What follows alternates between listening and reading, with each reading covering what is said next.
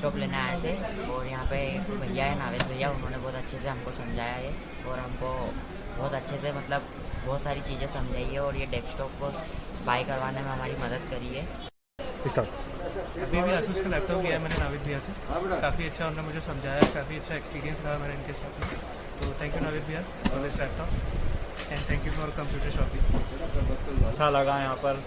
अच्छा कंप्यूटर लिया है अभी हमने और गिफ्ट भी लिया है।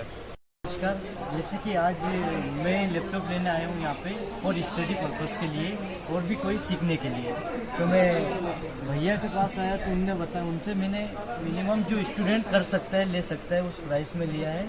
बहुत ही अच्छा है, क्वालिटी भी बहुत अच्छी है, मैं इससे बहुत सेटिस्फाई हूँ और हमारे नावद भैया ने इसके बारे में बहुत गाइडेंस भी दिया है और बहुत अच्छा लगा। मतलब जिसको भी चाहिए मतलब कि होपफुली है, मतलब कि जो उम्मीद से ज़्यादा काम मतलब ये मिलेगा आपको फ्रूट वाला।